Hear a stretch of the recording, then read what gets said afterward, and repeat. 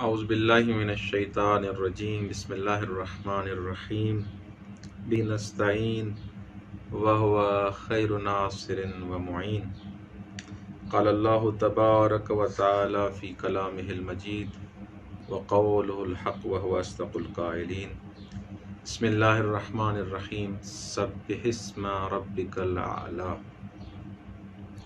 سورہ اعلی کے بارے میں روایت نقل کرتے ہیں۔ اسبغ بن نباتہ سے روایت ہے، قال لما قدم علی الکوفۃ صلی بهم 40 صباحا فقرأ بهم سبح اسم ربک الاعلی۔ اسبغ بن نباتہ کہتا ہے کہ جب مولا علی بن ابی طالب علیہ السلام کوفے آئے تو 40 صبح کی نمازیں 40 دن جب مولا نے صبح کی نماز پڑھائی تو 40 کے 40 دن مولا نے صبح کی نماز میں سبح اسم ربک الاعلی پڑھا۔ سورہ فاتحہ کے بعد سبح اسم ربک الاعلی کی تلاوت کی۔ مولا علی بن ابی طالب علیہ السلام فرماتے ہیں ان علی علیہ السلام قال كان رسول اللہ صلی اللہ علیہ وآلہ یحب هذه السورة سبح اسم ربک الاعلی۔ مولا علی بن ابی طالب علیہ السلام فرماتے ہیں کہ رسول خدا سورہ اعلی یعنی سبح اسم ربک الاعلی سے جو سورہ شروع ہوتا ہے اس سے محبت کرتے تھے اور رسول خدا اس سورہ کو پسند کرتے تھے۔ امام جعفر صادق علیہ السلام سے روایت ہے، الواجب علی کل مؤمن اذا کان لنا شیعہ ان یقرأ فی لیلۃ الجمعہ بالجمعہ وسبح اسم ربک الاعلی۔ امام جعفر صادق علیہ السلام فرماتے ہیں کہ ہمارے شیعوں پر کچھ چیزیں ضروری ہیں، ان کو انجام دینا چاہیے۔ البتہ واجب یہاں پر اس معنی میں نہیں ہے، لیکن شیعوں کی ذمہ داری ہے، یعنی یہ واجب یہاں اہمیت سورہ کی طرف اشارہ کر رہا ہے کہ جو شیعہ ہیں ہمارے محب ہیں وہ شبہائے جمعہ میں جمعہ کی رات سورہ اعلی کی تلاوت کریں، اور جب اس سورہ کی تلاوت انسان کرے گا تو در واقع صفات شیعہ میں سے ایک صفت یہ ہے کہ انسان شب جمعہ سورہ اعلی کی تلاوت کرے۔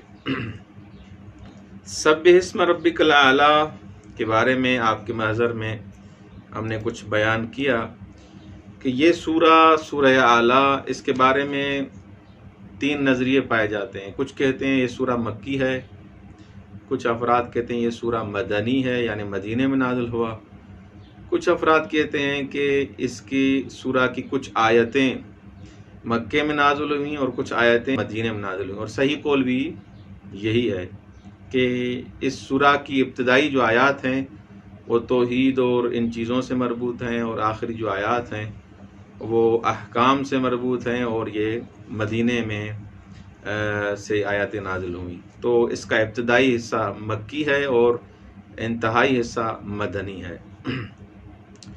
ترتیب فعلی کے حساب سے جو قرآن میں جو ترتیب ہے مرتب کیا گیا ہے، اس حساب سے یہ 87 نمبر سورہ ہے، لیکن نازل ہونے کی ترتیب کے حساب سے کہ یہ سورہ کس انداز سے نازل ہوا، اس ترتیب کے حساب سے یہ ان ابتدائی سوروں میں سے ہے کہ مثلا 7ویں نمبر پر یا 8ویں نمبر پہ یہ سورہ نازل ہوا۔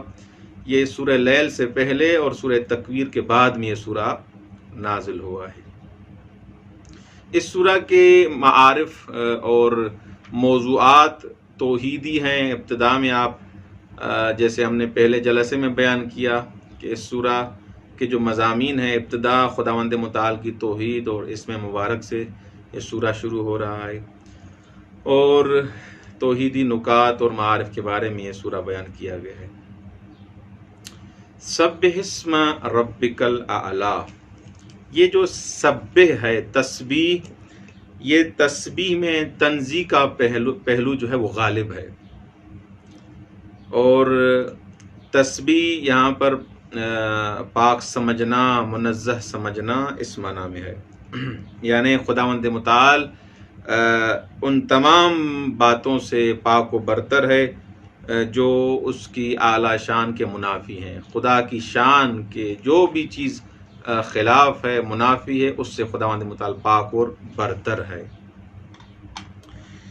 اللہ تعالیٰ کا انسان جب تک صحیح تصور نہیں کرے گا، انسان کی جب تک توحید مضبوط نہیں ہوگی تو انسان کا راستہ صحیح نہیں رہے گا۔ انسان کی جب تک توحید صحیح نہیں ہے، انسان کی تمام علوم اور معرفت کا سرچشمہ توحید ہے۔ انسان علم توحید اور توحید جب تک انسان اپنی صحیح نہیں کرے گا، ساری جو دوسری عمارتیں ہیں، جو ساری دوسرے جو معارف ہیں، وہ انسان ان میں ڈگمگا جائے گا۔ اس لیے بہتر ہے کہ انسان پہلے توحید اپنی طرح خدا کے بارے میں عقیدہ، خدا کی صفات کے بارے میں، خدا کی اسماء کے بارے میں، ذات خدا کے بارے میں جو نظریات توحید ہیں ان کو پختہ کرے۔ اور دوسری بات جو سبح اسم ربک الاعلی سے سمجھ میں آتی ہے وہ یہ ہے کہ خداوند متعال نے انسان کو توحید کی دعوت دی ہے، اور انسان جیسے تسبیح کرتا ہے اس کا اعلیٰ اور اتم مصداق نماز ہے۔ خدا کو یاد کرنا کا بہترین مورد جو ہے وہ نماز ہے، نماز شب ہے یا پنجگانہ نمازیں ہیں۔ انسان اس وقت خدا کو یاد کر رہا ہوتا ہے، خدا کی تسبیح کر رہا ہوتا ہے، لیکن اس کا یہ مطلب نہیں ہے کہ انسان جیسے مادی زندگی میں، آپ کو مثال دوں میں، انسان مادی زندگی میں، اس دنیاوی زندگی میں جو زندگی ہم گزار رہے ہیں، اس میں انسان سانس کا محتاج ہے۔ اگر انسان کی سانس رک جائے کسی لحظے میں بھی، کسی وقت میں بھی، اگر سانس یہ رک جائے، سانس ختم ہو جائے، یہ مادی زندگی انسان کی ختم۔ وہ آخری دن ہوگا، وہ آخری لحظہ ہوگا، وہ آخری سیکنڈ ہوگا جس وقت انسان کی سانس رک جائے گی۔ یہ جب تک قلب متحرک ہے، یہ ڈگ ڈگ کی جب تک آواز آ رہی ہے، انسان یہ چل رہا ہے، پھر رہا ہے، مادی زندگی انسان کی جاری و ساری ہے۔ لیکن انسان کی ایک روحانی زندگی ہے، مادی زندگی سے ہٹ کر ایک روحانی زندگی ہے، اور روحانی زندگی تب تک باقی ہے جب تک اس میں اللہ، خدا کا ذکر ہے، تسبیح پروردگار ہے۔ انسان اگر روحانی حساب سے، معنوی حساب سے اپنے آپ کو قوی کرنا چاہتا ہے، انسان چاہتا ہے کہ اس کی روحانیت قوی ہو، معنوی حساب سے اس کا معنوی جنبہ قوی ہو، طاقتور ہو، تو لحظہ بلحظہ کوئی ایسا لحظہ نہ ہو جس میں تسبیح پروردگار نہ ہو۔ تو اس حساب سے جیسے انسان مادی حساب سے سانس کا محتاج ہے، اسی طرح روحانی زندگی میں بھی اللہ کی یاد انسان کی روحانی زندگی کو جلا بخشتی ہے۔ اور دوسری بات یہاں پر جو اس تسبیح سے سمجھ میں آ رہی ہے کہ جب خدا کا نام لیا جائے، کسی اور کا نام خدا کے ساتھ نہ لیا جائے۔ جو جھوٹے خدا ہیں، جو بت ہیں، جیسے نام لیے جاتے تھے، اصلاً و ابدا خدا کے نام کے ساتھ کسی کا نام اصلاً روا نہیں ہے۔ اس میں پروردگار جب انسان لے، اپنی زبان پر لائے، کسی اور کا نام لینا جائز نہیں ہے۔ اور دوسری بات یہ کہ اکثر اس بات کے معتقد ہیں تسبیح اسم بمعنی تسبیح مسمہ ہے، یعنی اس حساب سے کہ انسان اس بات کا عقیدہ رکھے کہ خداوند متعال ہر طریقے کے شرک سے پاک و منزہ ہے، اور انسان کیا وجود بھی تسبیح کرے، انسان کی گفتار بھی تسبیح کرے۔ ایسے نہ ہو کہ لق لقے زبانی ہو، اللہ اللہ سبحان اللہ لا الہ الا اللہ کرے اور انسان کام الٹے سیدھے کرتا پھرے۔ نہ، انسان کا کردار بھی تسبیح والا ہو، انسان کی گفتار بھی تسبیح والی ہو۔ اگر زبان پہ اللہ ہے تو اس کا وجود بھی اللہ والا ہو، رنگ الہی ہو، صبغت اللہ ہو۔ ایسے نہ ہو کہ انسان مثلا جیسے ماہ مبارک رمضان ابھی تازہ روزے رکھے ہم نے، انسان روزہ رکھے ظاہری حساب سے روزے سے، لیکن آنکھ سے گناہ کر رہا ہے، زبان سے جھوٹ بول رہا ہے، کانوں سے گانے سن رہا ہے، غیبت سن رہا ہے، یہ دروا کہ اس کا ظاہری روزہ ہے۔ اس روزے کی وہ اہمیت نہیں ہے. روزہ تب ہے جب اس کا وجود، اس کا ہر عضو اس کا روزے سے ہو، اس کی آنکھ روزے سے ہو، اس کی زبان روزے سے ہو، اس کے کان روزے سے ہو، تب جا کے یہ صبغت اللہ رنگ الہی اپنائے گا. تو تسبیح اسم فقط گفتاری کافی نہیں ہے، تسبیح کرداری اور گفتاری دونوں انسان کو اپنانی چاہیے.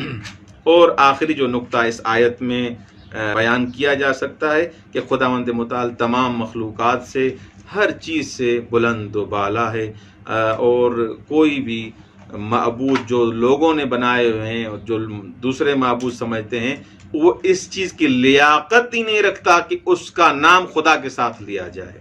ہر چیز سے اعلیٰ، ارفع، بلند و بالا ہے. خداوند متعال ہمیں معارف توحیدی کو حاصل کرنے کی اور سمجھنے کی توفیق عنایت فرمائے. والسلام علیکم ورحمۃ اللہ وبرکاتہ.